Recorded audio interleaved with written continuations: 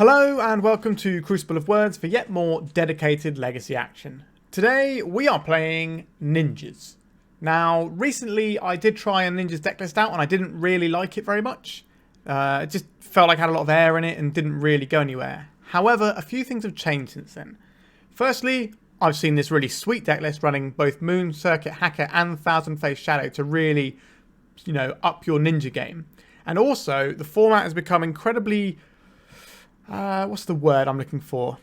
Initiative focused, shall we say. So we have these white initiative decks, which are slapping down a creature, getting the initiative, and then just riding that to victory quite a lot. What this has done to the format is it's kind of pushed out a lot of the sort of fairer decks that exist. So a lot of people are having to play either combo decks or tempo decks. So we've seen an uptick in Grixis Tempo, for example. And obviously Delver being one of the better decks against the White Plume Adventurer decks. So I got to thinking, well, what is the most tempo-ish tempo deck I can think of? And the answer for that really is ninjas. This deck, when it loses its tempo, it basically doesn't work. It kind of has to constantly be on the front foot and accruing that additional advantage. So I thought I'd give ninjas another go, having seen a sweet list, which I think I'm pretty sure smashed me up in one of the leagues I recorded a few weeks ago. So what does this deck aim to do? We're playing either a Changeling Outcast or an Ornithopter early on, or alternatively this little guy. He's a 0-mana 0/1 first strike menace trample legend. Not seen this one before, but it's pretty cute. This is just an alternative to Ornithopters and such like.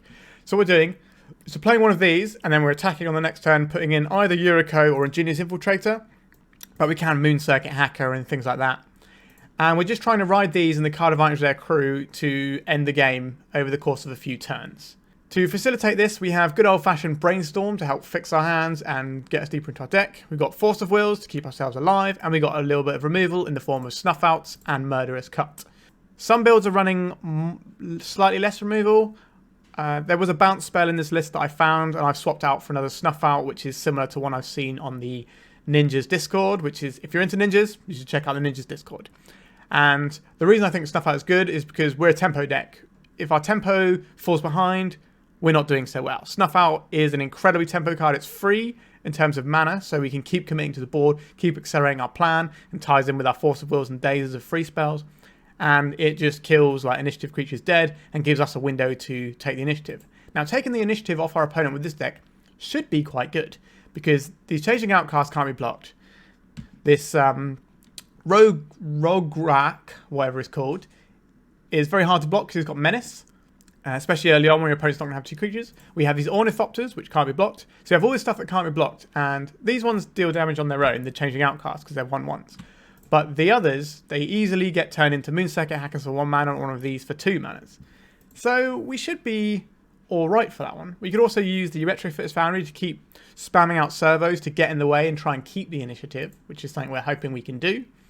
And we have this Thousand Face Shadow, which is another 1 mana card that we can play that has flying. So it's very hard for our opponent to block. It's very easy to steal the initiative with. And its ninjutsu ability is kind of interesting. It allows us to copy one of our creatures when we're attacking.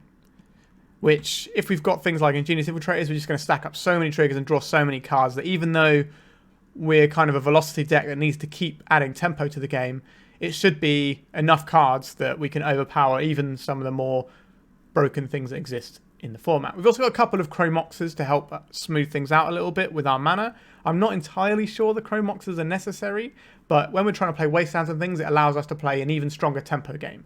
So I don't hate that there. It also means that when we are drawing extra cards, we can hopefully put them under Chrome Mox and keep going and keep our velocity. There's also one mind in here, which is just ideally going to be 1 mana, draw 2 cards, which is pretty nice. Obviously, we need to have certain conditions for it, so we need to control a human creature and a non-human creature. So Changing Outcast can certainly help with that. And there's also this Retrofitter Foundry that I've just mentioned before, but if something does go a bit awry, hopefully we can use this to push forward through the game. We can also transfer our Ornithopters into 4/4s because they're Thopters, so they can sacrifice to the final ability on this card. Same with the Changing Outcasts. That's it for the main deck. Sideboard wise, We got some spells against the combo decks. So we got these Force of Negations and these Safe Extractions, so we can hit things like Reanimator players or Storm players. We've got these Back to Basics for these 4 to 5 color control decks that are quite popular at the moment, which are, some people think have just about enough raw power and churn over in their deck to get through the adventure decks. I'm not entirely sure that myself, but a lot of people are trying it, and this is going to be good against them. We've got a couple of Hydroblasts because things like Delver exist as a deck, so we need to hit some red spells with it. A couple of Hurkyl's Recall and a Null Rod. I think you can have these in either configuration. It's probably fine. Null Rod being better against Storm, but hopefully we've got Storm cover with our Forces and our Dazes. And we got a couple of Virtue's Ruin because I really want to destroy all white creatures at some point. And this week's Legacy League dump came out, and most of it was white decks. So quite a lot of that was D&T actually, a surprising amount, as well as the new initiative decks. But this should be a pretty big powerhouse. All right, before we jump into a league, let me just say, if you can like and subscribe my content, that really helps. And if you know anyone who's interested in watching lots of Legacy content, just introduce them to my channel, and it really helps me out and doesn't cost you anything. All right, let's jump into a league with blue-black ninjas. We're into round 1, and we're on the play. Not a massive lover of this hand, to be honest. We can make a turn 1 Retrofitters and make a 1/1 off of it, which we can then turn into an Ingenious Infiltrator. But I just don't know if that's good enough. We could try and spam out a Moon Circuit Hacker as well. Like, this hand is going to force us to put the Murderous Cut under a Chrome Mox, and we're going to need to resolve our Retrofitter Foundry and start doing things with it. I'm not sure if this is going to be good enough. If our opponent plays any creature, then this 1/1 servo is not going to be good, so I think we should mulligan. This is better. We have a flying creature. We have a Force of Will in case we need it. I think we can keep this, and we can probably get rid of one of our lands. I'm inclined to get rid of the Underground Sea. So our opponent's going to know what we're doing pretty sharpish. That's fine. In an ideal world, I don't want to have to Force of Will this, whatever their turn 1 play is. We would like to be able to use the Ingenious Infiltrator. Now, if our opponent plays an initiative creature, we can steal the initiative quite easily. But it might, okay, so they're not an initiative deck because they played a Misty Rainforest. I haven't seen any Misty Rainforest initiative decks, so it doesn't mean they don't exist. Once Upon a Time off of a Bayou. Oh, sorry, with a Bayou in play. I think you probably want to cast Once Upon a Time before you play your land, although they are playing around Daze, which makes sense actually. So they're right to do it this way. Cradle. So we're looking at elves here. We don't actually have a huge amount in our sideboard for this matchup, which is a little bit awkward, but such is life sometimes. So let's just crack this now. I don't think we have to worry about our opponent's Wastelands, but they can have them, especially if this looks like it's the Newton Elves build, which it probably is. So I think we just attack with our Thousand Face Shadow, or whatever it's called, and then we will ninjutsu this one in, get ourselves a card, and deal our opponent some extra damage. We didn't do any actual extra damage here, which is a bit of a shame. We do have the Wasteland for the Cradle next turn. Our Yuriko might struggle a little bit to get through if they keep spamming out guys, but it should trade with a lot of the guys. This is one of the guys it won't trade with. We're saving our Force of Will for Natural Order. Why would Symbiote? Okay, so this is a bit of an issue for us. We're going to struggle to get through this. We're going to have to play out our Thousand Face Shadow. So I have a Cradle.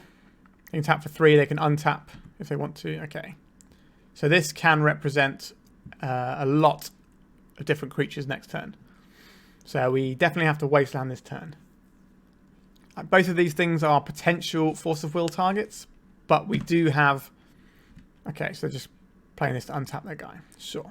They're probably going to come in for 1 damage here, I'd imagine. Yeah, sure. So these are potential Force of Will targets, but we lose on the spot to Natural Order, so I think we had to keep the Force of Will for that. Let's see what we draw this turn. A Moon Circuit Hacker. So it's going to be very challenging for us to get our 1/3 Commander Ninjutsu creature through. So I think the first thing we're doing is wastelanding our opponent's Cradle. We can't allow our opponent to have that. Now they can have a Reclaimer, but it will come in tapped.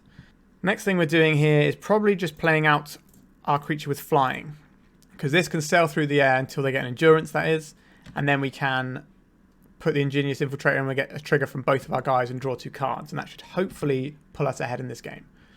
Our opponent's got a turn to kind of do their worst here, which I'm hoping isn't that bad for us, but we'll see. We have a blue card that we can pitch to Force of Will because the Moon Circuit Hacker's not doing a great deal right now.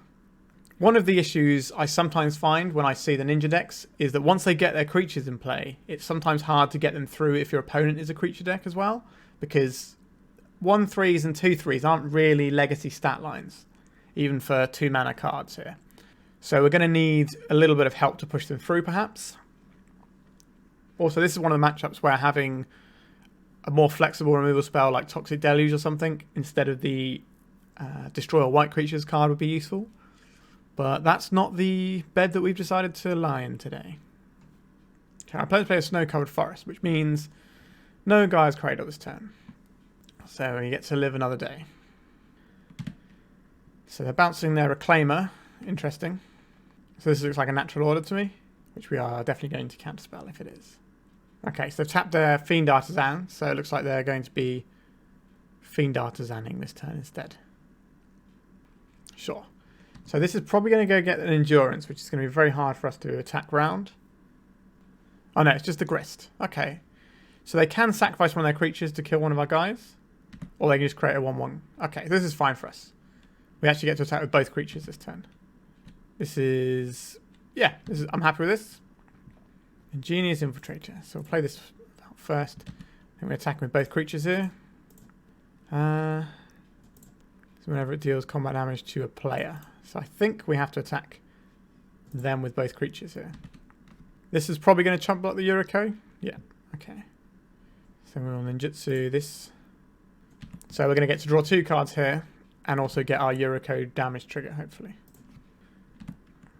A Polluted Delta and a Polluted Delta. Okay, so not really the exciting things we wanted here. So then we will crack this.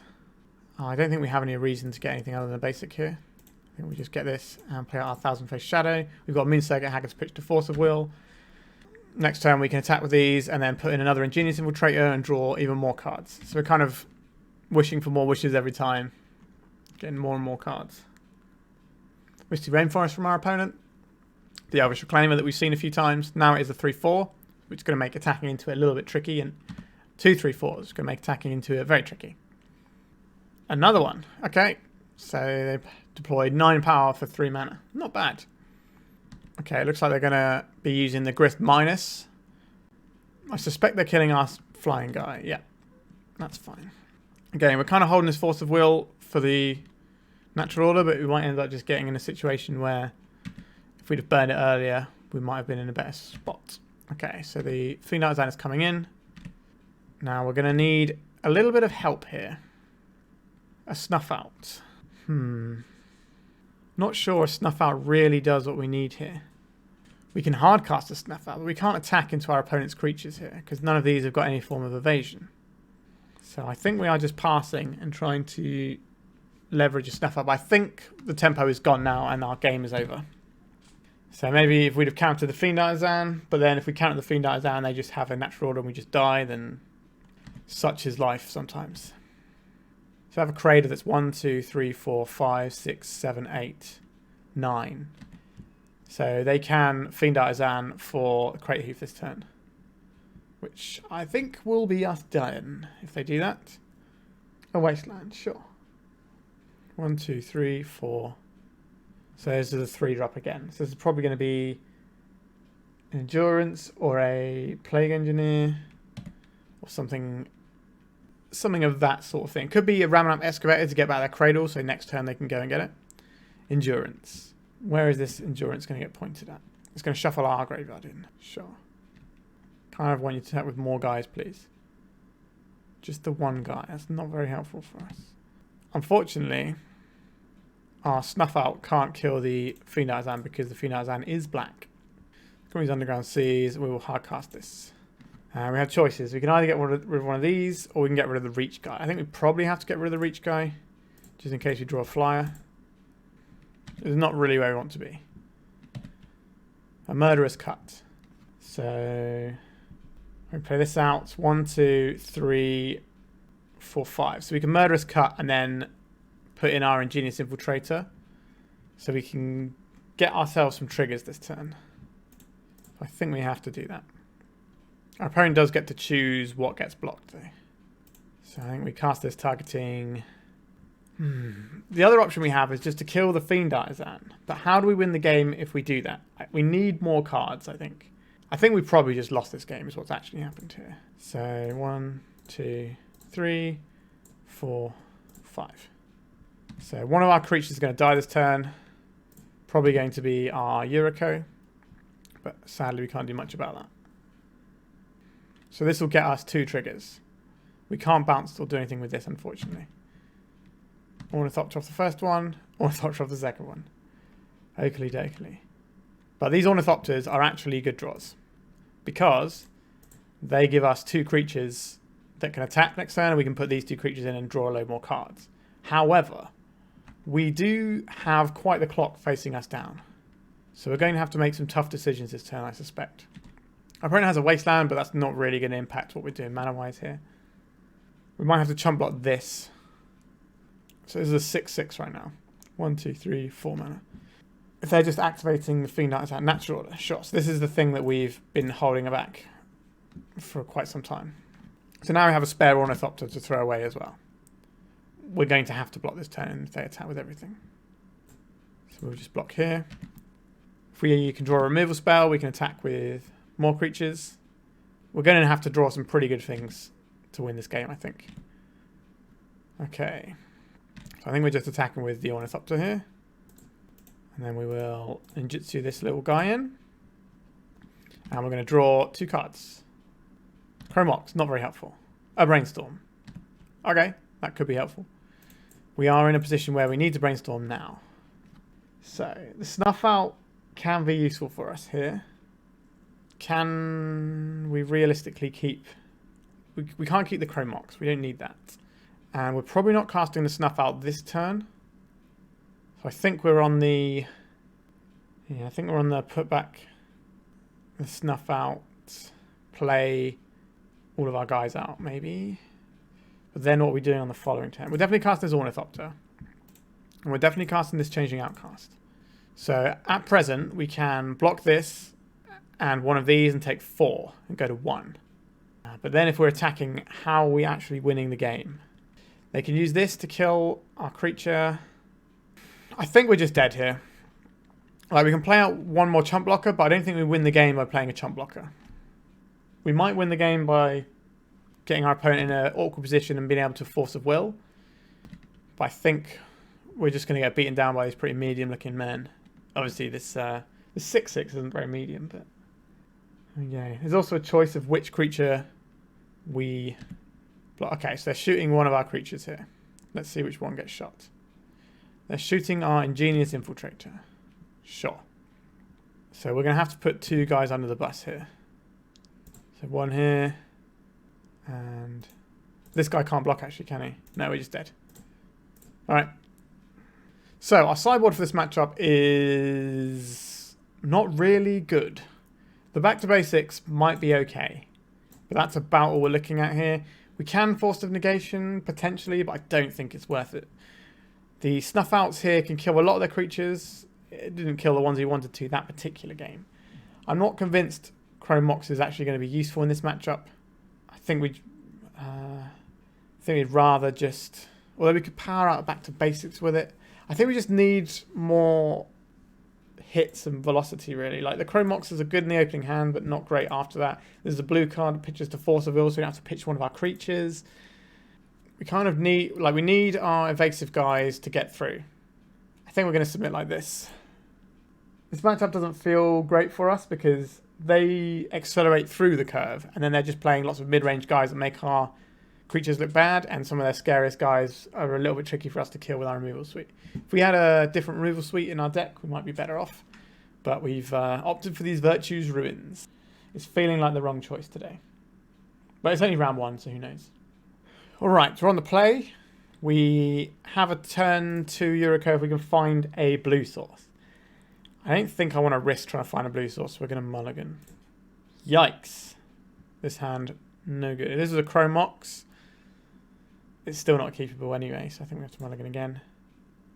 It's bad, but what does a better 4-card hand look like? I guess land, Ornithopter, 2-drop. That doesn't sound good. Yikes. I think we have to keep this. And we're getting rid of a Moon Circuit Hacker and probably a Force of Will. I don't think we can afford to pitch 2 cards to a Force of Will if we want any hope of playing this game. So this can find us a basic island. The next one can find us a basic swamp. Pretty sure we've lost this on the mulligan already. We can definitely draw out of it, but we're going to have to kill our opponent's creature, play this guy, and actually let this guy connect. So there's a Lammer Elves, sure. Let's see what we draw before we commit to the Snuff Out. It's free, so... Okay, that doesn't really help us out here. We'll crack this and get Swamp. Crack this and get an island. And we'll play out this Moon Circuit Hacker. So, we have to play out the Moon Circuit Hacker. We can't play out the Yuriko anyway. I think it's better than trying to hold up any sort of Wasteland type stuff. We have to kill this on sight and hope that they were trying to go into a 3-drop. I think that's the way we... Now, if they've got another 1-drop or a 2-drop, then I think we're in trouble. But if we can connect with this, I think we'll be... Well, we'll connect with this. I think we'll be all right. The ideal play would be our opponent to play a non-basic land and pass. Doesn't look like that's what's happening. Allosaurus Shepherd. So this can trade with our Moon Circuit Hacker. And they should do that if they can. A Green Sun Zenith. This is going to be a Dryad Arbor. Okay. So... Tricky. I think we Wasteland the Dryad Arbor. And see what they do here. They should block this. Yeah, they do block it. Okay. I think the only way we win this game is if they make the mistake of not blocking that. We could have just cast a Yuriko this turn. But it's a 3-mana 1/3 into our opponent untapping with 3 mana. And if they play basically any of their 3-drops, it outclasses this on the board. We kind of need this guy to slip through.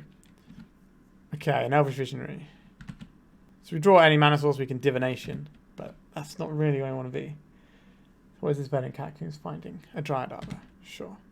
Interesting timing on that. I guess this turn we probably just have to Yuriko. And then next turn, try and of one mind into a removal spell. Maybe. If we draw an Ornithopter, this will only cost us 1. Or we draw any of our enablers. Okay. So our opponent can natural order this turn. They just Green Suns anything for 3. And they can go and get a 3/4 Endurance. Or they can just get the Grist. Are they going to shoot our guy down immediately? Probably. No, they're just going to make a guy. So they can triple block to kill out to trade one of these for our Yuriko. So we do need to find a removal spell of some description here. It's not even if it's going to be a blow if we do find one. Of one mind. I guess we're casting this. Looks pretty bad. Okay, so we've got an unblockable creature. I'll take that. And I think we're best off playing this one because then we might be able to make a copy of the Yuriko. So we can attack with both of them. They can't block this. We put this in instead of the Changeling Outcast, and then the Yuriko gets copied. So we hit them with a Yuriko and a Thousand Face Shadow and get 2 triggers off the bonus Yuriko. Now, if our opponent has a natural order, we die. If our opponent decides to use the Grist to kill one of our creatures, we die. There's a lot of ways this goes wrong, and very few ways it goes right. Is this a natural order? No, once upon a time. Okay. They haven't activated Grist yet, though. An Elvish Visionary. Playing the Elvish Visionary. I imagine they'll just throw an Elvish Visionary at our Changeling Outcast here. That's the pretty obvious heads-up play, I think. So sacrificing... And they are targeting our Changeling Outcast as expected. They can't attack into us this turn. Or if we had Plague Engineer in our deck instead of Virtue's Ruin, this game would be a lot better. But alas, that's not the world we're living in right now. So our opponent is cracking their way to foothills for a Bayou. And just doing that to save time. For my turn, a Brainstorm. Let's see if we can find an enabler. We can play out a Thousand Face Shadow. I think we are putting these two on top with a Thousand Face Shadow on top. So we're going to Wasteland our opponent off of their Cradle. Then we're going to play Thousand Face Shadow. The next turn we can play Thousand Face Shadow, copying, doing the Yuriko play. And we'll also, the Force of Will be one of the cards we flip over the Yuriko trigger. So we'll be able to get a decent chunk of damage at least. Doesn't feel great, but I think it's the line we have. So we have to get rid of this Cradle. Our opponent has no cards in hand. They can get rid of the Thousand Face Shadow with the Grist. If they want to, but they will lose their Grist to do that. I suspect they'll probably +1 their Grist first, so they don't lose it when they do eventually shoot something. But okay, no, they're just going for it. So we're going to lose our Thousand Face Shadow this turn. Oh, they're getting rid of the Yuriko. That's pretty good too, unfortunately for us. And this means they can just start beating down with small little guys. And we know the top card of our library doesn't really help us here. So this is a 2-turn clock. So we can attack here and nothing really happens. I think we just have to play out a 1-mana 1/1, pass the turn, and maybe trade into some of our opponent's resources here, because we can't afford to take the full 4 this turn. But we have a Force of Will on top of our library. What is the best thing to block here? It's probably the Dryad Arbor, or it's probably the Visionary in case they draw a Wirewood. So we take 3 this turn, that puts us to 5. We draw a Force of Will next turn, and they can attack us for 3 again. And then we have to hope the card after that is a ninja that gets us further into our deck. I think that's the only way we can win this game. If we put this guy under the bus, it buys us more turns, but we can't win the game, and I don't reckon. So we've got a blank coming up here. Yep. So this guy is probably not blocking. But do we have to...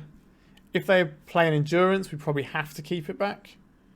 We have 1 card in hand. If we attack now and they have Endurance, we lose. If we hold back, they play the Endurance. We block here, we take 3 and we lose anyway. I think we are committed to just attacking here. If they have the Endurance, we lose either way. Yeah, we just concede. Sure. So that matchup felt pretty gross. I think this is the sort of matchup that these like Mutant Elf type decks want to be playing against quite often, but where you're committing a load of creatures to the board and I can't really deal with that because I have a lot of creatures on the board that are just worse. So, yeah, I'm not... Yeah, I did mulligan pretty hard those games anyway, so let's go on to the next round. This is a pretty awkward hand, but we're on the draw, so we get 2 looks at another mana source to try and do these, and we can always use our Brainstorm if we want to. I think we have to keep... It's not great, though. Now, if our opponent is... I've played against this person before, I think, and they play Delver. So I think we're going to be in a spot of trouble here. Because this is probably going to have to get us an Underground Sea unless we draw a land on our first turn. Okay, our opponent's playing a Snow-Covered Island into Ponder. Okay. This is making me think that they're going to be running some sort of green-blue X deck with Lost Scale Cotals. Could be Omnitel. And that was the last time I played a Snow-Covered Island on the channel, was when I played Omnitel. Polluted Delta. Okay, so this is good for us. We get to go and get a basic swamp here and play out this Changing Outcast. We are showing that we don't have a Daze, but I don't want to get caught by a Wasteland in case our opponent's playing one of these multicoloured decks that has Wasteland and Life from Malone packets in. I think this is about the best we can do. A Brainstorm from our opponent, most likely with a fetch land to follow it up. They didn't shuffle off their Ponder as well, so on turn 1. So they got a lot of resources that are resources they like as well. They can't play the Lost Scale this turn. The Ice Fang Codal this turn. Lost Scale was some random card from Lara Born, I think, wasn't it? Okay, so our opponent's just cantripping a lot, which does give me the impression they're playing a Omnitel list.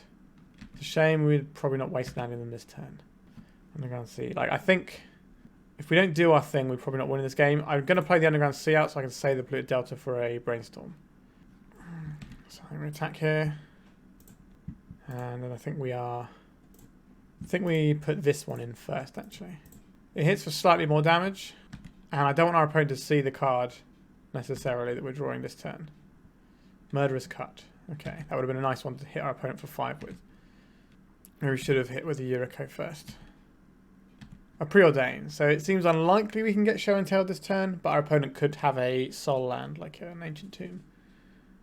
If our opponent doesn't make a land this turn, we are very much in Wasteland territory. They made an Ancient Tomb. Okay, so they can cast their Show and Tell this turn. They didn't have it by the looks of things.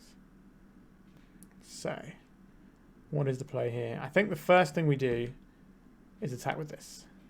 If they cast a removal spell, we can flip it into the Yuriko anyway. A Chrome Mox. Okay. So playing out our Wasteland. I don't know how good our Murderous Cut is going to be this game. think we're playing out this Changeling Outcast. Then we're going to hit the Trop here. If they had show and tell, they would have cast it last turn. This stops our opponent from being able to cast multiple cantrips one turn. A Cunning Wish, you say? Let's throw out a Brainstorm here. We got a lot of lands here that we don't really want. Are we going to need 2 Wastelands? I don't think so. Probably not going to want this Chrome Mox either. I'm looking at putting these 2 back. So we found our Force of Will for this Cunning Wish, if we wanted to use it. But I think we're going to let this go and try and Force of Will the thing we actually care about. Because we have to pitch our Yuriko. Flusterstorm is something they can have here that they can go find. Should certainly be an irritating one for us. They could also be getting shared summons so that when they get the Omnitail into play, they can do it. Sublime Epiphany. Okay, so they've got 6 mana spell here. So this isn't going to help them resolve their show and tell. It's going to help them once their Omnitail's in play. It could also just be a blue card for their Force of Will. Okay, so we've drawn another Wasteland. We fire this off now. We go to attacks. Okay, our opponent is packing the towel in there. We're going to get to draw 4 cards that turn off of the Yuriko and Ingenious Infiltrator, both triggering twice. So, this is a matchup where Force of Negation looks very good. Back to basics, probably not good enough. Surgical Extraction, probably not doing anything here. So what if our main deck is looking less good? The Dazes on the play are not spectacular. On the draw are not spectacular, but I don't think our removal suite is going to do too much. They probably have an Uro as a backup plan. Question is, do you reckon we can just race an Uro?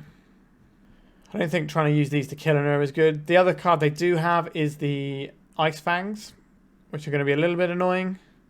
We're going to have to sort of go around them a little bit. I think it's better just to have these against the thing that beats us, or we can grind through the 1/1 snakes. I think we're going to submit like this. Our opponent plays a lot of basics, so back to basics doesn't help them too much. They'll definitely be fetching basics this time as well. This hand is turn 1 brainstorming to try and find a threat. I don't like this hand. This is a much better hand. We'll keep this.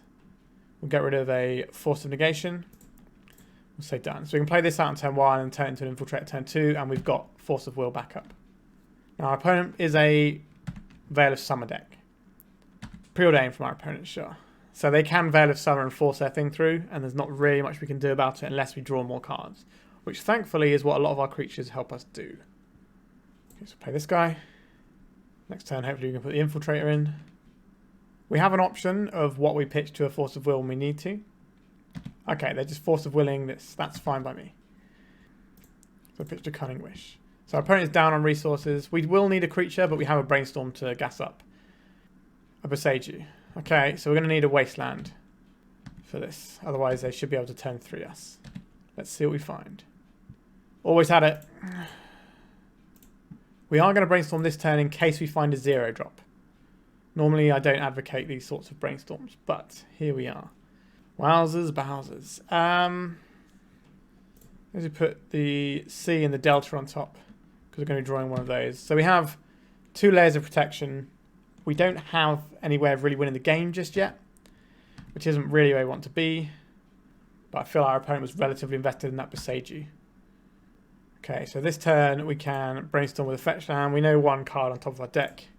I think we Brainstorm now in case we hit a 0-drop. We did not hit a 0-drop. We did hit a 1-drop. So we can put these 2 back.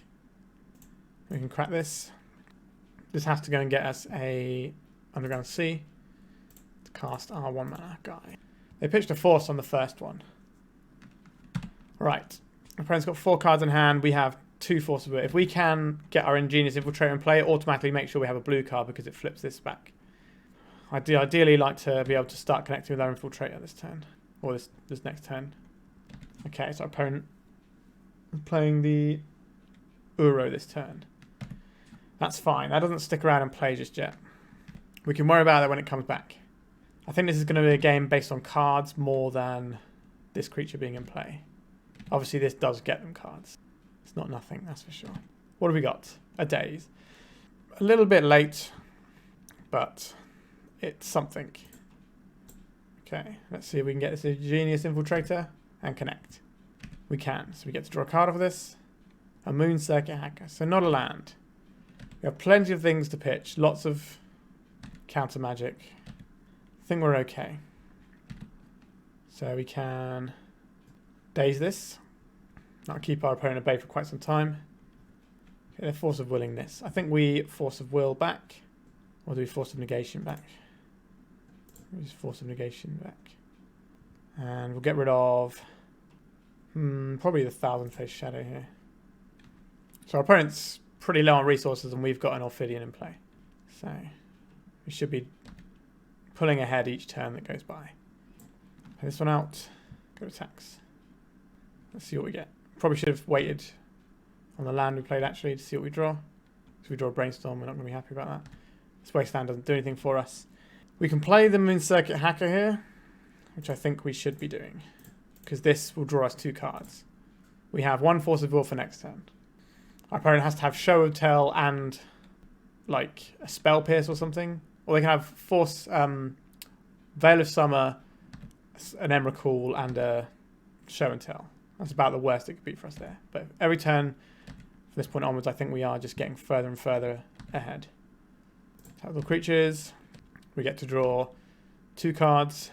So put this one on the bottom so that we get to see more cards before we decide which one to discard.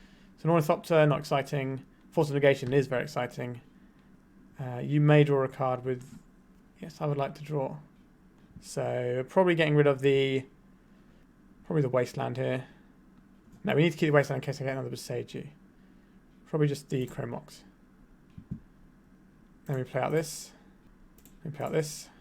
And then we hold up the Force of Negation with Force of Will backup. I don't think it's going to be very hard for us to lose this game at this point. We can counter the Veil of Summer and then we can Force of Will whatever they try and do with it. We don't have enough food for Uro yet either. They've conceded. Sure. So we did the tempo thing there. We kind of traded some resources and then we're drawing more cards every turn than our opponent at that point. Even though our guys aren't a fast clock, the amount of cards we have in our hand and protection is very strong. All right, let's go on to the third round.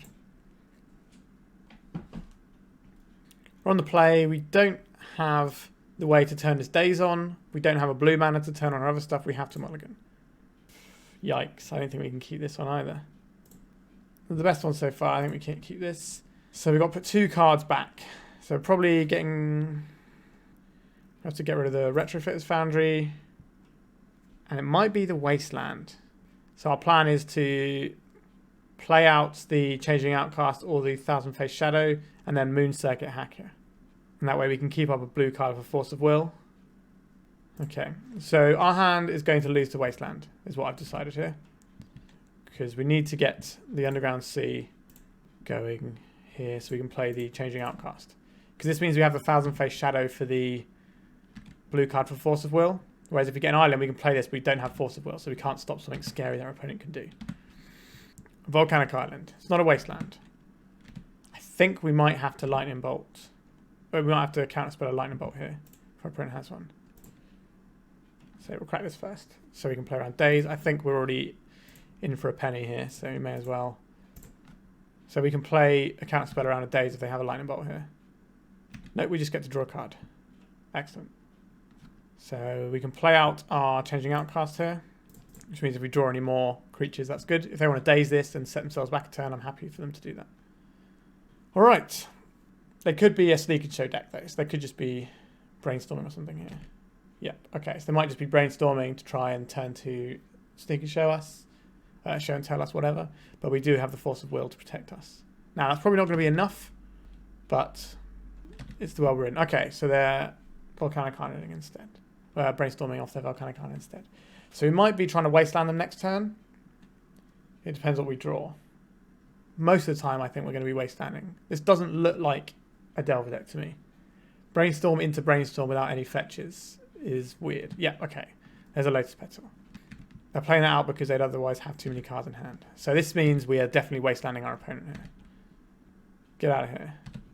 So we attack little creatures. We get a loot trigger here. Let's see what we get. I would rather have the Polluted Delta because it's better with the Brainstorms in our deck. So we get rid of this Underground Sea. And then we're just sitting on our Force of Will. Our opponent has Brainstorm locked themselves, so they don't have a land coming this turn or next turn. Okay, so they're scrying away the the card on top that isn't a land. Okay, so they found a land. A Yuriko. This is pretty good. I think we are attacking with our guys. I'm going to command an ninjutsu this one in. Blue, black. That's this one. So this should hopefully draw us.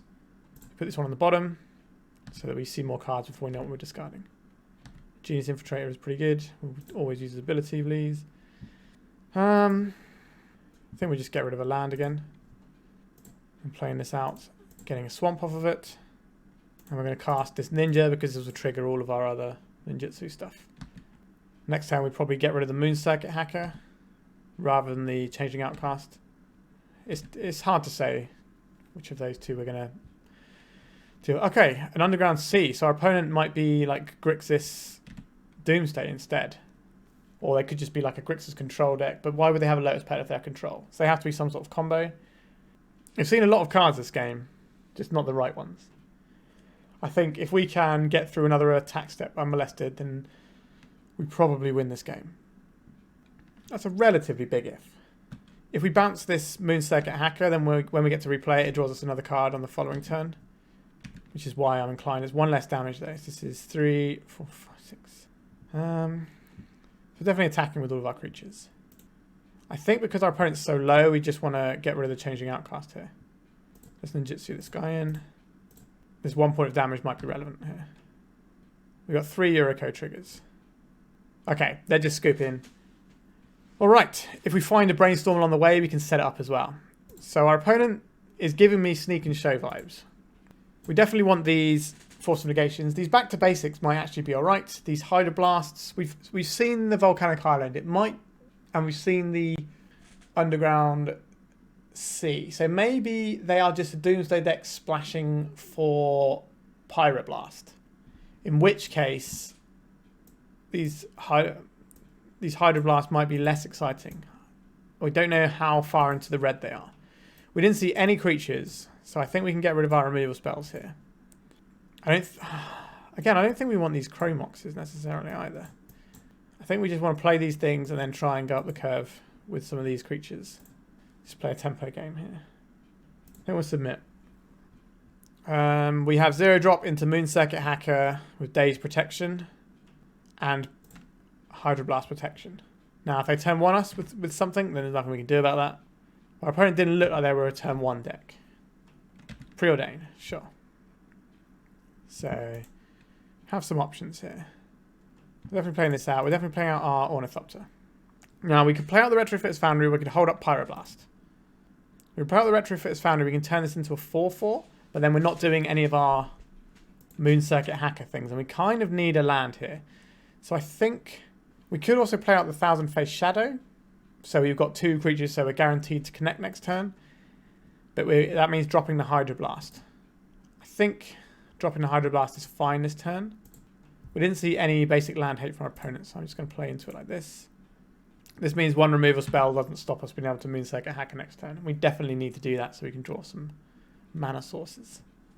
Also, this and this let us cast this for 1 mana, which is not nothing. A Badlands, a Lion's Eye Diamond. Okay. A Dark Ritual. Our opponent is not necessarily the deck I thought they were. Okay, they were using that to try and bait out a spell from us. Bait out a counter spell. Okay, so we found a land here. So I think we're always playing this out. We'll attack with these 2. Get this guy in to return this one. So this gets us 3 damage and a card. Potentially. A Chain of Vapor. Is it worth countering this Chain of Vapor? We can counter it with the Daze. That doesn't leave us with a lot of room on our opponent's next turn. They have so much mana. I think we do cast this. If they want to crack the Lion's Eye Diamond this turn, I suspect that's not a thing they're going to do. Sure. So we get our 1 card off of this. That's a Flooded Strand. Okay, so we can play this out. So we have a choice. We can either hold up for the Hydroblast or we can cast of 1 Mind this turn. I think drawing just 2 more cards is going to be better here. Because otherwise we're going to be in the same position as next time. Okay, a Brainstorm. We're kind of shields down, unfortunately. Our opponent was trying to Dark Ritual to bait something out last turn, so maybe they don't have anything this turn. A Dark Ritual this turn? Sure. a Cabal Ritual. So this looks like an ad nauseum turn to me. They could be Burning Wish, Crack Lines, I Diamond as well, which certainly does something. Past in Flames, Burning Wish. Okay, so there's a Burning Wish. So if we'd have held up the Hydroblast, we'd be all right here. A little bit awkward. So this is enough for Peer into the Abyss. So our opponent should be able to draw enough stuff to beat us this turn. We'll have a little bit more of a look at their deck to see what's going on. This looks more like an Ad Nauseam Tendrils because the Epic Storm doesn't run like the cantrips that we've seen. So Storm count is 6. What have they done here? They've cracked both their Lion's Eye Diamonds and discarded their hand. So they're going for a Past in Flames line. So the Dark Ritualing here. Yeah, they've got enough here. I'm just going to scoop it up here. Sure. So now that we've seen what our opponent is doing, we do want this Null Rod. And we do want these surgical extractions as they have text. This Retrofitter Foundry is going to be too slow to do anything. I don't think we want to be holding up of one mind either. Hydroblast does actually look good here. Most of our creatures are probably going to stick. So I think we probably just get rid of the most difficult one to cast, I suppose. And run it like this. We want to keep our blue spells in. This seems fine. Like we've got 5, 6, 7, 8, 9, 10. So we've got 10 1-drop creatures. Our opponent isn't going to be removing them, so we should be alright here. Okay, so what does this hand do? It counters stuff and then makes a Null Rod on turn 2.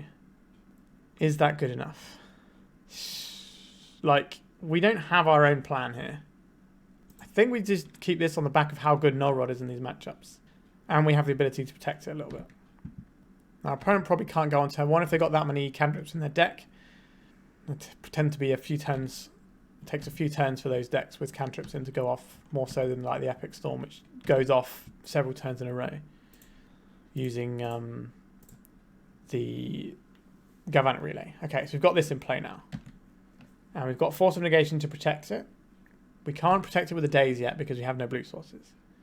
But if we can draw a blue source, then we're A-okay. Now, our opponent's going to have some way of interfering with what we're doing here. Drawing a blue source is exactly where we want it to be. So we'll crack this. And go and get ourselves a Underground Sea. And I think we are playing out Moon Circuit Hacker. So this is going to become a Yuriko next turn. And we're holding up this Wasteland if we need to. We have Daze, we have Force of Negation, Pitch and Brainstorm. Badlands, sure. Whether or not the gate on what our opponent's doing is mana or not is difficult to gauge. Can we draw a blue source this? We did not draw a blue source. Okay, so what we're going to be doing this turn is brainstorming first. We can find another Moon Circuit Hacker and a blue source, for example. A Fatal Push. Do I care about Fatal Push on this creature? I don't think so. I don't think that's the game we can afford to play. Oakley, Dokley, this is looking good. So, what are we pitching here? I don't think we need this surgical extraction just yet. So I think we put that back, and then the island, and then we play out our Ornithopter. And then we will Wasteland this turn. So we've got Daze, Force of Negation. Not a bad setup to have. Okay, our opponent's cracking. This is the turn they go. A basic island. This is going to be a cantrip turn. If it gets a non-basic, it probably means they're going off that turn. Or they want to bait us into using our Wasteland. Great, it's our turn. And we're going to be drawing this island, if I remember rightly. Yes. So, go attacks. Attack with this. In comes Yuriko. Okay, what's our opponent going to fetch here? We got another Fatal Push. A Chain of Vapor. That's fine. That slows us down a turn, but it's not really letting them achieve anything. We'll hit this. So the Null Rod has a bunch of their mana covered. The fact they're using the Chain of Vapor not on the Null Rod is also good for us. The Null Rod means we are incentivized to keep hitting our opponent's mana when the time comes. Alright, back to us again. We need the same play as last turn. And this time we're not going to be drawing a Surgical Extraction. We're hopefully going to be drawing something better anyway. And it will keep the Surgical Extraction as a surprise. What's Yuriko going to find us? A Flooded Strand. Not that exciting. Okay. Our opponent's turn. What have they got for us? So they're cracking their land this turn to get a basic. A Thoughtseize. Interesting. I think we let him see it. Our hand's pretty good. They can only take one piece. Sure, they took one of the Force of Negations. So now we can hardcast the Force of Negation as well. What have we got for us? Another Surgical Extraction. Play out this Ornithopter. We can hardcast our Force of Negation if we need to. There is an option to surgically extract our opponent's Thoughtseize just to protect our hand potentially, but then they have duress in their deck as well, so I'm not convinced that's where you want to be. A Lion's Eye Diamond. Sure, that doesn't do anything with the Null Rod in play. A Cabal Ritual. Let's sacrifice this first. Let's make sure we've got all of our mana around us. I think we let this go. This is going to be a Thoughtseize. No, it's another Cabal Ritual. Okay, they're conceding. So what I was going to do is I was going to surgically extract one of their cards, so I have a better idea what our opponent is doing, but it feels like they're just not getting through our Null Rod. So we tempoed them out quite nicely then. On to round 4, we are 2-1. So we can Moon Circuit Hacker to try and draw into something. We have a little bit of removal. We have an Infiltrator if we can get there. I think we keep this. We're playing this out in case we need the Swamp for a Snuff Out. And we just play out 2 Ornithopters and pass. It should be pretty clear that we're playing ninjas to our opponent at this point. Not many decks have Bloodstained Mire into Ornithopters. So if we can draw a coloured source, we can play the Infiltrator next turn, which is way better. A Stoneforge Mystic. So this looks like some sort of Maverick list, perhaps. A Green Sun Zenith for a Dryad Arbor. Thousand-Faced Shadow. Okay, I think we're attacking with one of our guys. And this becomes an Underground Sea. Ninjutsu this guy. Get ourselves a card. A Chrome Mox. This is an interesting one where the Chrome Mox might be useful. So I think we're probably wastelanding them. The question is, what are we wastelanding here? Are we wastelanding the Savannah? We can wasteland the Savannah and then kill the Dryad Arbor with a Snuff Out. That's a very aggressive play, but I quite like it. So we wasteland this. The problem is if they... yeah, go on then. In for a penny, right? Let's remove all our opponent's permanents. If you know me, you know I love nothing more than wastelanding opponents out of the game. So next turn we get to draw 2 cards off the Infiltrator and the third one with the Moon Circuit Hacker, which will probably cycle away the Chrome Mox. Actually, no, we probably won't, because we're going to have to use this to imprint the Thousand-Faced Shadows for our Infiltrator next turn. A Basic Forest. A Hex Drink. Okay, so this looks like pretty stock Maverick by my estimations. Right. Let's crack this. We'd rather not use the Thousand-Faced Shadow in a Chrome Mox here because we want to be able to have a blue card for Force of Will. They might trade here. Okay, they are going for the trade. Blue. Black.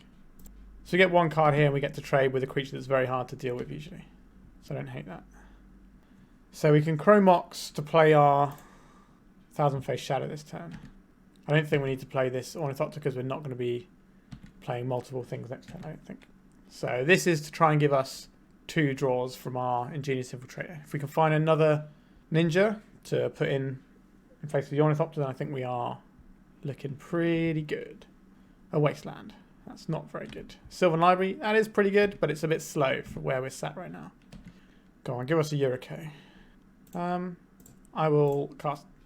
let's do this off of our Mox. I will cast this Brainstorm in the hopes of finding... Okay. We don't want either of these. I would rather just keep 2 Force of Wills in hand though, so we are going to be drawing through them this turn, which is not great for us. But I don't want to try and risk trying to find a blue card, because the way we lose this game is if our opponent slips something into play. We can play this out. We don't need to play out the Ornithopter. We might need to pitch it to a Moon Circuit Hacker at a later date. Sylvan Library. We don't have the fastest clock, but we are generating a lot of card advantage. Okay, so they scooped it up. Excellent. So, our opponent is Maverick, which means Mother of Runes, Stoneforge Mystic, but mainly green creatures. Nevertheless, Virtue's Ruin will kill things, including the Mother of Runes. Back to basics in this matchup is kind of interesting. They have a lot of non-basics in their deck, but they can also play around quite well. We definitely don't want these Dazes on the draw, sorry. It's a case of whether or not we want this back to basics or not. I think we can probably have 1 in here without too much hassle. How does this look to me?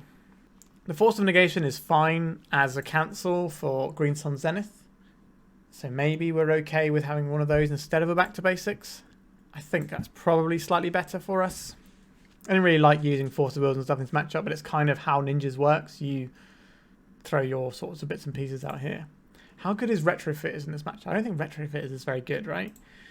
It can give us 4/4s, which are big enough to tussle with our opponent. They are colourless to get through Mother of Runes as well. Alright, I've talked myself into it, so I'm going to keep it. Let's submit. Seems fine. We have this guy that we haven't seen yet. And we have turn 2 Yuriko. Tiger. Okay, so they're probably playing Minsk and Boo in their list as well. So I think we just play out one of our outcasts. And play out this guy. And then next turn we can Yuriko and bounce this guy. And then this guy is a ninja, so we're going to get 2 Yuriko triggers and draw 2 cards next turn. Now, if something really bad happens, we only need to use our Yuriko. That's pretty bad, obviously. But otherwise, I think we're okay here. Again, this is a matchup where I kind of wish I had different removal rather than the Virtue's Ruin. I think Sylvan Library is fine here. I'd rather just Yuriko. We can get Solituded is the one thing. So we'll play this out. We're keeping the fetch lands for future Brainstorms. Blue, black. Send this one back. Okay, this should be good. A Virtue's Ruin. Excellent. And a Chrome Mox. We can play out this Changing Outcast by using our Chrome Mox and imprinting the Virtue's Ruin. That's kind of our only way of dealing with Stoneforge Mother of Runes here. Is that better? Like, we're playing this guy out. I think that's a given. The question is, do we play out this Changing Outcast? This will give us 2 more Yuriko triggers next turn. But if Yuriko dies, then we're going to be quite far behind. Nope, I think we have to hold the Virtue's Ruin in hand in case something goes a bit awry for us. So our opponent missed a land on the previous turn as well. They missed a land but didn't draw extra cards with the library. Wowzers. Okay. So cracking their Wooded Foothills to 13 to get a Savannah. Back to basics looking pretty good here. We do not have in our deck. We have this instead. If this was back to basics, our hand would be better. Such is life sometimes. Our opponent can probably play once, but they might be able to play 2-drop into Swords to Plowshares. It's probably the best case scenario for them. But they know we have this Virtue's Ruin. I'll happily snap it off to kill 1 creature if it lets me connect with Yuriko. Fiery Justice. Wowzers. We don't have... Yeah. Wow. Okay, we don't have any way of really dealing with that. That's a problem. Okay, our opponent is playing like some sort of Carved Predator style deck instead. It's pretty cool. We'll play this out. Play this out. We need our Ingenious Infiltrator, so we're not going to be Force of Negation this turn. And we can't also use the Chrome Mox to do it, to like imprint something either. We could imprint the Virtue's Ruin again, just so we can have Force of Negation up. I think we're more worried about our opponent playing a creature than we are about them playing a spell right now. Okay, so now they've kept 2 cards this time. Okay, they're down to 5. Windswept Heath. Cracking it, going down to 4. If we have a Yuriko, we might just be able to kill them, which makes me think they have to have a removal spell here. A Green Sun Zenith. Our opponent's mana base is much greener than I thought it was, so we're definitely going to be looking at these back to basics in for the next time along. I expect them to be pretty standard Maverick, not Carved Predator Maverick. Let's see what we draw here. Of One Mind. It's an interesting one. If we play out the Chrome Mox and printing Virtue's Ruin, then I think we get the... We can Force of Negation as well here. Let's attack with this guy. Punishing Fire on this guy. This is a pretty good one to Force of Negation. And this one needs to crack for blue. Good old-fashioned cancel. And this will exile it forever, which is pretty nice for us. A Red Elemental Blast. Wowzers trousers. Yep. Our opponent's deck, I have misplaced what my opponent's deck here is. And this is going to cost us pretty deep in the purse, I think. Okay. So this is our opponent's game to lose now, I think. Unfortunately. They can't pay any more life. Well, they can pay life, but it will kill them. So maybe they will do that and it'll make it so good. The Cracks is pretty good against Yuriko as well. So back to basics looking even better. Minsk and Boo. Okay, this is probably going to end the game in a handful of turns. So our Hydroblast are looking very good in this matchup now, where I wasn't sure they would be before. So this is going to attack us for 6 this turn. Yeah, it's going to attack us for 6 with the 2 triggers. Next turn it will attack us for 9. And the turn after we die. So not great from where we sit right now. The Red Elemental Blast was a bit of a blowout. But it's more information for the next game. So we can play this one out. Cast as of one mind. We have a Wasteland, which I don't really care for right now. We do have the Yuriko though, so that's something. So we might be able to get our opponent that way. I think that means we have to play out this Wasteland so we can Wasteland our opponent off of Yuriko bouncing ability. We're kind of hoping that our opponent doesn't just kill our creature. If they do, I think we lose the game. They've got one card in hand, they have Minsc on board. So they can sacrifice the Dryad Arbor and kill it if they want to, or they can sacrifice the Boo and draw a boatload of cards, which is probably what I would do. I would attack and then sack this, dome this for 4, draw 4 cards. So, and Umezawa's Jitte. This can gain them life, which means our Yuriko play is going to be less good. Also means we are very unlikely to connect with our Changeling Outcast here. This is wrong to me. I think our opponent should be attacking first and sacking at second main phase. We've got to grow with the Burn Willows. I think we can scoop this one up now. I don't think we're getting there. So, these back to basics actually look pretty good. And these Hydroblast look pretty good too. I don't think we want this Force of Negation. Doesn't seem great for us. These Virtue Ruins didn't look like they had any targets either. And then we've got to trim one more thing. So we can probably trim an of one mind. And maybe this is a game where we want our Dazes back in the mix. So we're not looking at Mother of Runes anymore, so the Retrofitter Foundry is probably bad. Snuff Out's doing good here. The Force of Wills are kind of essential, so I don't think we can get rid of that. Is there a world where I cut Brainstorm? Is that the world we're potentially living in? Seems mad to me that I'm thinking about doing that. The Outcast is probably better than the Thousand Face Shadow, even though Thousand Face Shadow is blue. Maybe we're cutting the Moxes. Maybe that's where we want to be. We'll try this. Yeah, we get to do our thing with this hand. Hopefully that'll be enough. We get the Moon Circuit Hacker for turn 2. And we can also replay an Outcast. And if our opponent has a removal spell for our Moon Circuit Hacker, we can swap it for the other Moon Circuit Hacker and really mess with them. Our opponent's mulligan to 6. Alright. So I think we'll play this out. I don't think our opponent can afford Wastelands in their deck given what we've seen out of it. They're trying to cast Fiery Justice. So, Harvest Changing Outcast. Does our opponent have removal? This is the better one to cast because 1, it's unblockable. 2, it can't be red elemental blasted.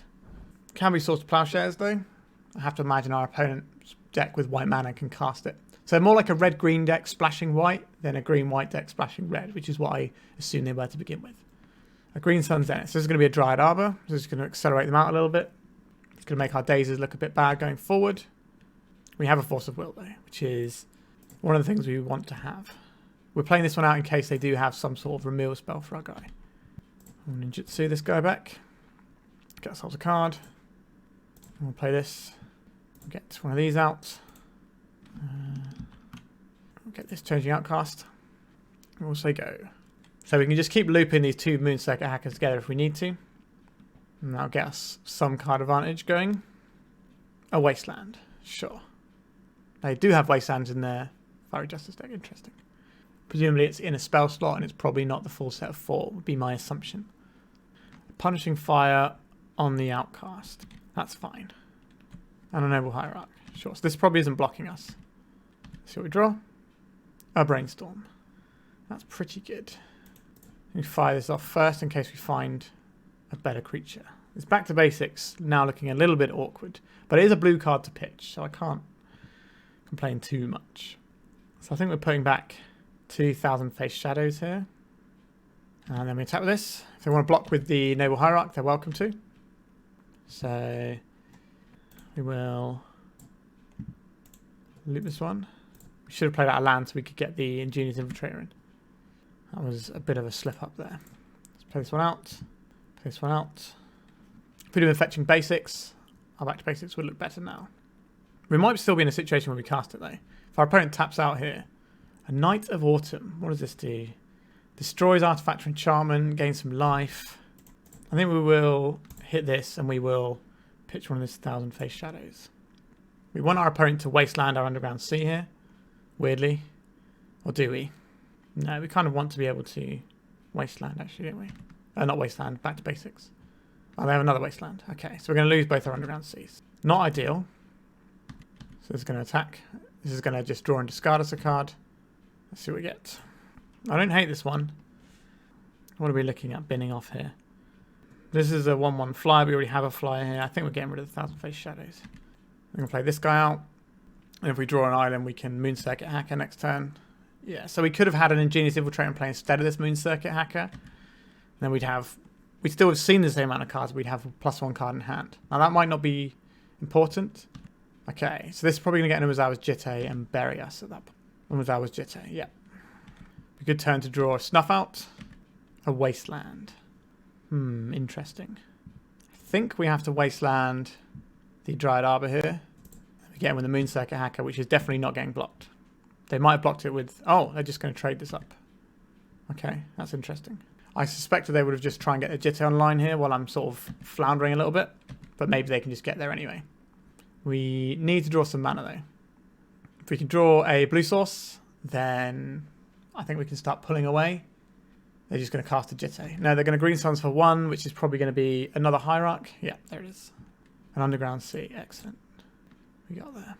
So this will attack as a 2/3. So I guess we're just attacking with this guy. A Flooded Strand. Okay, so we've got mana set up for next turn.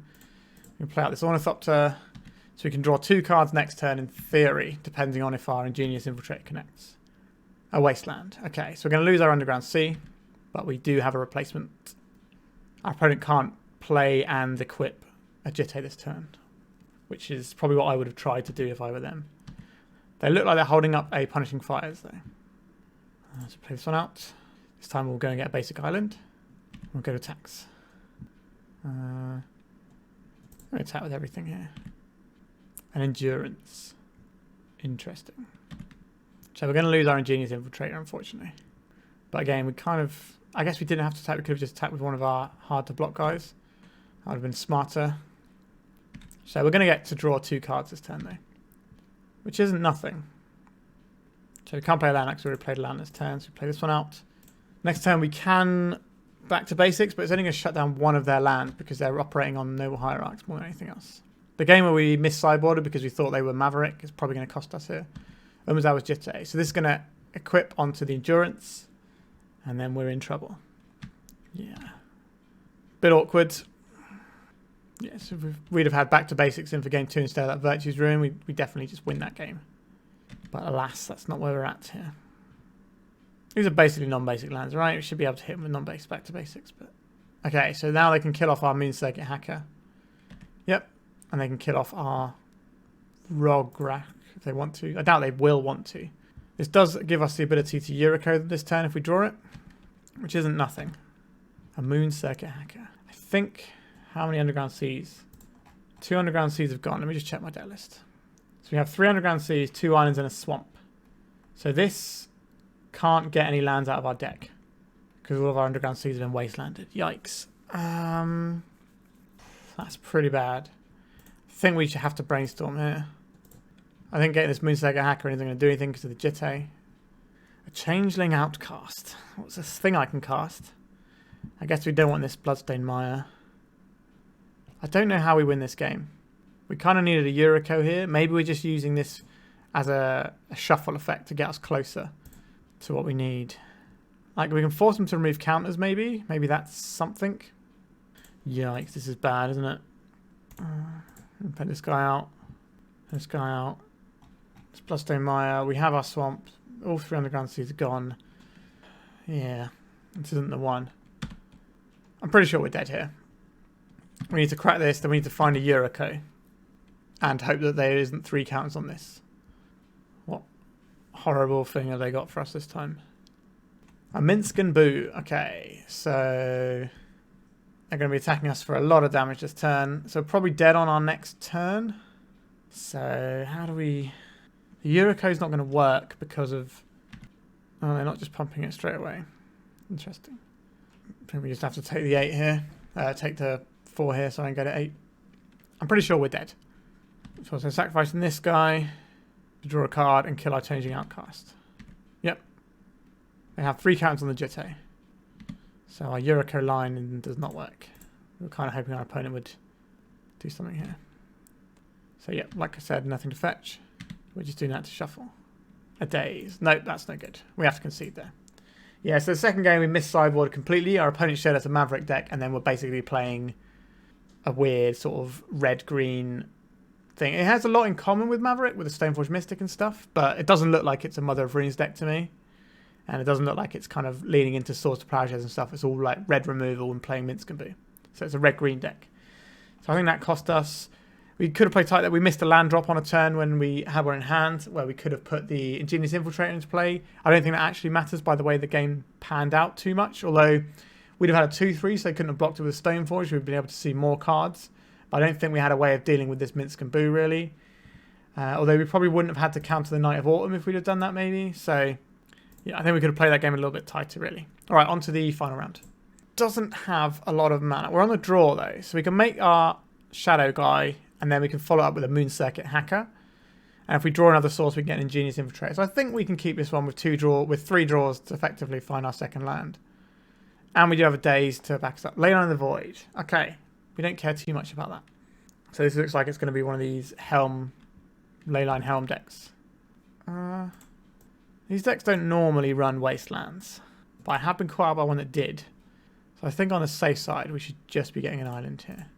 Playing out this 1 mana, 1/1. It can become a Moon Circuit Hacker next turn. We have a Chrome Mox, we can find a black card. So Snuff Out is going to be pretty unplayable in this matchup. So we can put one of those underneath the Chrome Mox. We're not going to have any removal in our deck pretty much, apart from the one Murderous Cut in a mono-black matchup. It could be tricky, but these forces should hopefully do a lot of work. City of Traitors. Are they just playing into Helm? Is that their thing? Just go up the curve until you hit Helm. Interesting. What do you got for us? A Chrome Mox. That doesn't really do it, does it? Right, so we'll attack with this guy. Let's Moon Circuit Hack it. Moon Circuit Hacker our way up. What we got here? 3 mana. A Sudden Edict. That's not a spell that I can counter. Pretty annoying. So we have a choice. We can Chrome Mox printing Force of Will or Daze to play out our 1000-faced Shadow. I think we have to do something here. I would probably pitching the Daze to a Force of Will. I think the Force of Will is just a better thing to pitch to put under here. We're not going to be able to cast 2 Force of Wills with our hand right now. We might, in a pinch, we could Daze and then have the Force of Will as an option down the line. A Dark Ritual. So our Daze is probably not doing anything here. There's going to be a Helm of Obedience by the looks of it. Helm of Obedience. So we'll hit this, pitching Daze. Now, they might just have another one next turn. Kind of need a black sauce. Not a black sauce. Well, it is a black sauce, I suppose. So if we pitch this Chrome Mox and we imprint the Infiltrator is probably the best one here. And we attack with this. Then we black, blue. Bring this guy back. Hit them. Get Yuriko trigger. Ooh. Then in our main phase, we can play out this guy. We hold this back so that they at least try and play around the Daze. If they've got us, they've got us, but this way at least the following turn we have a better chance of drawing some stuff to stick in the game. I don't think our opponent is going to play around us having this in hand. They drowned last time, so they're going to jam this time. Khan the Great Creator. So our Chrome Moxes don't look very good right now. So this is probably going to go and find them a Helm of Obedience. Yep, there it is. So we need to find an answer to Helm of Obedience. An Ornithopter. It's not really an answer, is it? I think we have to attack them here. This is whenever a ninja deals combat damage to a player, so we need to hit the player. So we need to find a counterspell. Moon Circuit Hacker. So they know we have the Moon Circuit Hacker. And they know we have the Polluted Delta. So we crack this, get ourselves an Underground Sea, play this guy out. So we have 3 ninjas for next turn. Now our opponent might not have enough mana to play the Helm of Obedience this turn. Our opponent has enough mana to play the Helm of Obedience this turn. Sure. Helm of Obedience. Mill us. Concede the game so they don't see our deck. Sure. A little bit rough, but Null Rod stops their combo. Force of Negation counters their things we care about. Snuff Out is unplayable. Retrofitter Foundry doesn't seem great in this matchup, I don't think. I guess it can give us things to sacrifice. We kind of already have things to sacrifice, don't we? The Wastelands will hit as a Sagas for us. We need to keep our counter spells. This is kind of like a combo matchup, really. And what's going here? Probably the Chrome Moxes again. They're really bad against the Khans. So we could run some kind of Hurkyl's Recall here to deal with Khan, but I don't think that's worth doing. So maybe we are keeping our Retrofitters in, or we can keep one Chrome Mox in. It's just an extra mana source. That's probably better than the Retrofitters, I think. Or is it? I think the Retrofitters lets us pressure Khan better. If they play a Khan, we turn our Thopter or Changeling into a 4/4, and then we can attack with it, sort of thing. And it can give us more tokens to dodge stuff. So I think I prefer that. It means we are quite light on mana sources. So maybe I should keep one Chrome Mox in. Alright, we'll submit like this. We're on the play though, so... I guess we keep this. So we have turn 1... Okay, yeah, so we have turn 1, Ornithopter, Swamp, Chrome Mox, Imprint Brainstorm, play Thousand Face Shadow. So next turn, as long as I don't have to Force of Negation something or get my Ingenious Infiltrator discard, I can draw 2 cards next turn. And I think I'm okay from that point forth. Now, our opponent is going to be playing Duress Effect in their deck, but they didn't seem to have one this turn. Okay, I think our chances of winning this game are looking up. Tap little creatures. See this guy in. For this guy. Draw 2 cards. Mulligan. What mulligan? Or something. I didn't mulligan this game, but you know what I mean. We play this guy out because it gives us something to sacrifice if they have the sacrifice spell. And we're sitting on Force of Negation, and we can Moon Circuit Hacker and draw 4 cards next turn. Dalthy Voidwalker. I can't counterspell this anyway, but I also don't care about it. It can't block, so let's go to attacks. So we get to draw 4 cards this turn. I don't think our opponent's going to be particularly happy with that. Okay, we have all the counter magic in the world now. So we can hardcast Daze, we got Force of Wills, we got so much stuff going on here. I think, do we play? We could play out one of our things. I think we just hold up here. We're pretty Thoughtseize proof as well. I just don't see how our opponent beats this card and this board. We are tempoing them pretty hard. City of Traitors, sure. Helm of Obedience. I think we will just go Daze. Just a friendly little hardcast Daze there. Our opponent can use the Dalthy Voidwalker to get Dazes back if they want. But I suspect they're just going to attack us and hope that they have some way of sweeping up our board. But they should know at this point that they're not going to be able to get through. We're drawing so many cards every turn here. So this turn we play this out. We go to attacks. Tap little creatures. We will ninjutsu this guy in. Bouncing this. And we will copy this guy. So we're going to be drawing pretty much our whole deck here, right? This is the dream when you play ninjas. Discard a card. We'll discard one of these. So we'll play this guy out. We'll play this guy out. We played a land this turn. Guess we have to go to clean up, don't we? So we'll probably get rid of fetch land. Another fetch land. We want to keep as many blue cards in hand as possible. Probably going to want to keep our 1 Underground Sea. And I guess the Brainstorm can go. Maybe we're just looking at getting rid of Wasteland there. We still need to get rid of more cards. We've got so many cards in hand here. So Moon Circuit Hacker. And Ring of One Mind. Alright. Come on, opponent. I have 3 Force of Will effects for them to have to play through this turn. I will counter every spell they cast this turn. Sure. A City of Traitors. Oh, sorry, an Ancient Tomb killing a City of Traitors. No. Sure, you can do that. Shouldered the Apocalypse. I guess we don't care about that. And we still have 1 more Force of Will. Sure. Well, that was pretty comprehensive, I thought. Glad I had that Chrome Mox in there, to be honest. So I think we just run it back and go again. On the draw, this is going to be harder because our opponent... this hand is pretty gross. I still like Dazes. Like, we don't actually have that many other things we could bring in instead, to be quite frank. But I think Dazes are still fine here. Our opponent is trying to resolve 4 mana spells, so Daze is pretty good in that situation. So we have to mulligan this hand because it's bad. This stops their combo kill and lets us turn 2 if we want to. We'll probably get rid of the Moon Circuit. No, we probably have to get rid of an Ingenious Infiltrator because we might not be able to cast it. No turn 1 play from our opponent again. Play out the guy that is always unblockable here. Question is whether or not we play play our creature out or we play the Null Rod out. It depends if our opponent plays a Doughty Voidwalker here, I guess. Okay, if they play a Doughty Voidwalker, I think we have to play the Null Rod, because if they have a Dark Ritual, they can just get rid of our... Oh, having the Force of Will does change things, actually.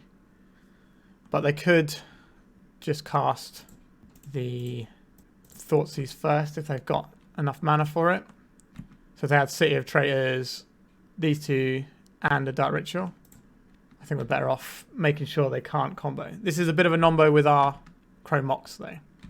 But it stops our opponent being able to kill us with their combo. They can get rid of this with some really weird Karn lines, or turning it into a creature and then killing our creatures. But we will have to beat this Doughty Voidwalker clock. And we don't really have a way of removing it, so we do need to start snowballing soon. City of Traitors. So they have one of the cards, and the Lotus Petal, yeah. So they could have been able to get us this turn if they want to. Shoulder the Apocalypse. This cannot hit play. Okay, a Brainstorm. So we can either Brainstorm this turn, or we could Moon Circuit Hacker. I think we're supposed to Moon Circuit Hacker. We need to be applying pressure so that we can at least deal some damage to our opponent. And this does exactly that. So we get to draw a card here. Not really when we wanted, though. We can Wasteland our opponent here, which I don't hate as a play because we're not really using colourless mana for anything. I think that's fine. We are down to one land, though.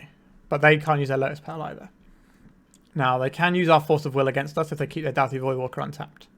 Sure, they're not doing that. They can also play our Wasteland as well, which would be pretty bad for us. Another City of Traitors. Is this shouldered again? A Ley Line of the Void. Sure, that's fine.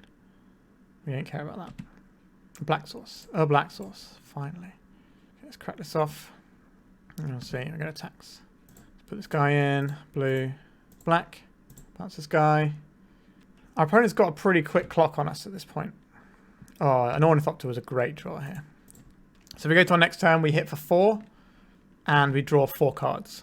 So we really need to survive this turn, our opponent to not do anything scary like play a Shouldered. If they had a Shoulder, they would have played it last turn, so they're pretty much living off the top, because this is the last card you want out of your hand, I think, in this matchup. Because it doesn't do anything. Unless they were trying to bait a counter spell, but why would I counter that? Helm Obedience, okay. This doesn't do anything with our Null Rod in play. An Underground Sea. I think we don't crack the Underground Sea this turn. We don't play this in play. Just in case we get a Wasteland, we might want to do that. So we'll Ninjutsu this guy in. Blue, black. So this is going to draw us a load of cards. So we can't play this Mox. But now we know this, we can play out all these creatures. So next turn we're getting in for 2, 4, 6, 8 damage. And then the turn after we kill our opponent. We don't actually have a Force of Will this turn. So Shouldered is going to be pretty bad news for us. That's the one thing we can't really afford our opponent to cast. They're still coming in with the Doughty Voidwalker, which I think is right on their part. Okay, they didn't have a play, which is pretty good for us. Okay, we have a Brainstorm here. I don't think we need the Brainstorm just yet. I think we just attack with everything. I guess the one thing we could have found is a Yuriko. So maybe we do Brainstorm now, just to find the Yuriko. We did not find the Yuriko. Okay, so we don't want this Chrome Mox in hand. We're going to draw them all anyway, so put these 2 back. I think we just do the thing that gives us the most damage here. So we go to blocks, and we will Yuriko this in. Not Yuriko. Do we hold the... We already have the Force of Will, actually, so I don't think we need to do that. So I think we just do the maximum amount of damage here. We need to Ninjutsu this guy. We're going to be drawing a million cards here. Chrome Mox, Swamp, another guy, a Brainstorm, another Force of Will. Yes, we'll draw the Moon Circuit Hackers. So our opponent's on 3 now. We can play this out. Play this out. Play this out. We can't cast all of our Force of Wills though. And we haven't played a land yet, have we? I think we just play out this Swamp. Play out this guy. And we go to clean up. Let's get rid of this Chrome Mox, doesn't do anything. We get rid of some lands. We don't want fetch lands. And I guess we just get rid of some blue spells. Something like that. That's fine. So we have a lot of Force of Wills. But we can only cast 1 regular Force of Will here. So we're looking at Force of Will and Force of Negation this turn. That'll put us to 1. Plague Engineer. So I think we have to hit this and we can pitch. It doesn't really matter. So they could have sacrificed their Doughty Voidwalker to cast our Force of Will that has a counter on. So they're going to put us to 1 and then concede. All right, so we got a 3 and 2. Let's have a quick look at the deck. So this version of Ninjas felt so much better than the last one I played. It's night and day with how much better this one felt. I think having these Thousand Face Shadows, they're okay, but they are ninjas, which means they proc both of these. So even though they're basically just flying man most of the time in this deck, they're a blue card for Force of Will and Force of Negation, and they are a ninja for the purpose of this. They are also a human, which can kind of help with your of 1 mind. If you've got like Thousand Face Shadow Ornithopter hand, you can then cast this for 1 mana, which I like. So Thousand Face Shadow was pretty good for a 1 mana 1/1. This Moon Circuit Hacker was excellent. It kind of pulled us out of a few tight spots where we didn't have a lot of mana. So this was basically just a 1 mana version of this, but for 1 turn, which is good enough a lot of the time. And it does have 2 power, so it beats quite nicely. The 1 toughness is a little bit of an issue, I think, as we saw in the matchup where we went into Stoneforge Mystic with it and they traded. I think that matchup I could have played better. Like, obviously we sideboarded wrong just because of what we saw, but that happens sometimes. But I think for the 3rd game we could have, like the turn where we didn't play the land and get the Ingenious Infiltrator, I think that definitely set us up in a bad way going forward. So that was a little misclick where I went to combat too early. But overall, this deck felt pretty good. And in the world of initiative, which we didn't see, I think tempo decks are way better than a lot of people think. And I think a deck like this, I'm not saying, oh, play this and you'll smash all the white initiative, but you can counterspell their first initiative guy if you want, because you're a counterspell deck with Force of Will and Dazes. And you can take back the initiative whenever you want because of the things you have. And you have some 0 mana removal to keep applying pressure. And if you get the initiative and start putting counters on some of your guys, it's going to mean that your guys that are normally hard to block with are actually going to be normally easy to block. They're going to be hard to block. I almost think that you want some sort of initiative creature in this to bounce, perhaps. Maybe that's science going too far. But I guess all the initiative guys are like 4 mana in black, so that's too much for this deck to really do anything with. And I don't think you want to be playing like Ancient Tombs and stuff in this deck. The mana base, I did have to mulligan a bit due to lands. I like having a swamp in the deck makes sense because you need to fetch it, but sometimes it's a really miserable draw. What else can I say about this list? The removal suite, the Murderous Cut, and the Snuff Outs are not, they kind of deal with a varying way of things. Like the Snuff Outs at the moment, against black decks, obviously very poor.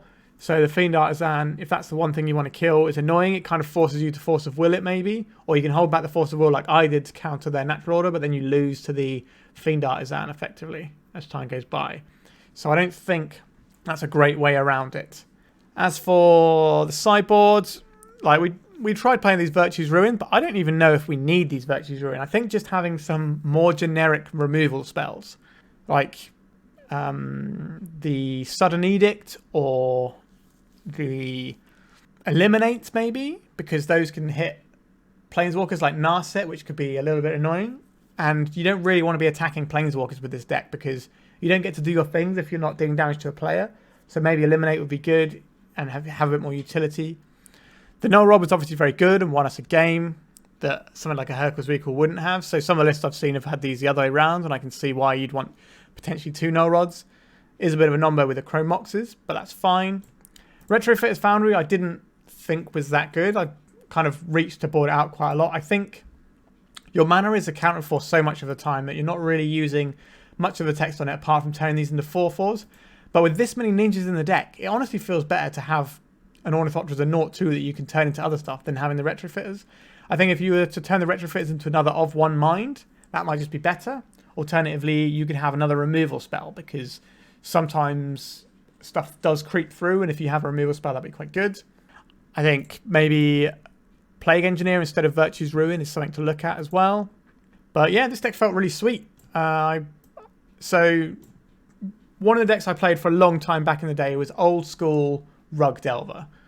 I used to play loads and loads of that deck, and it was, a tempo deck. Now Rug Delver and Delver aren't really tempo decks because they have so much card advantage in. So I really like playing tempo decks where you have decisions that kind of you have to marshal your resources and keep the game going, and you're sort of living from turn to turn whilst also working out what beats you and what you can afford to let through and stuff like that, because you can only keep your opponent off balance for so long. And this is very much a tempo deck. Obviously, when you get to your drawing 4 cards a turn type nonsense, then yeah, you can kind of play however you want to an extent, because you're going to have all these Force of Wills and things like that. But I enjoy playing this deck, and I think it appeals to the things I want to be doing, and it seems way better than the Baleful Strix builds. I think trying to bounce a Baleful Strix around is just too slow. Now, I understand Baleful Strix is a good card, but I don't think it's what you want to be doing in this deck. You want to be trying to be on the front foot all the time, and that's not something you get to do here. If we had a way of making these creatures unblockable somehow, I'm not sure what that would be, whether you're in like playing that Distortion Strike or something, but I feel having a way to make ninjas unblockable, or just have these guys, because sometimes these guys sit and play and you can't attack into your opponent's board. So either more removal so that you can clear the way, or a way of attacking with these guys through your opponent's creatures would be a real boon to this deck. Not quite sure what that looks like yet, but I'm sure somebody who's better with ninjas can work that one out. Anyway, I think we're done here, and yeah, ninjas was really fun, and I expect to see a little bit more of it, purely because tempo is good right now. For as long as initiative is with us. People are already calling for a ban, as is tradition in Magic the Gathering. But I think this is actually a reasonable shout against it. The one issue I will have in that matchup is that these guys are going to struggle to attack into initiative creatures, because the White Plume untaps itself, and the Seasoned Engineer is obviously quite big, and all of their creatures are pretty big, and the Peacekeeper has Vigilance, so it's not going to be able to let us slip through, because they're going to be attacking and blocking with it. So maybe we need something to get through them to make this deck really, really pop against them. But I like it. I think you can steal the initiative quite easily with this, and you can keep it relatively well because you've got all these like nerdly chump blockers that really help things out. Yeah, ninjas is cool, and I hope to see more of it going forward. And yeah, Ophidians, who doesn't love them? All right, that's it for today. But before we log off, if you like my content and you're still here, why not subscribe to my channel? It doesn't cost you anything and it helps me out. If I can get enough subscribers, I can get monetized, which means it's easier for me to keep making content, and I can do it for the foreseeable future. I've kind of got like a window where I need to get monetized by, hopefully, in order so I can keep making this level of content. Otherwise, I'm going to have to cut back. So if you know anyone who's interested, send them my videos, see if they can subscribe as well. Likes and comments help me with the algorithm. So just tell me what you want to see. Tell me what you like. It's all good. All right. Thank you very much for watching, and goodbye.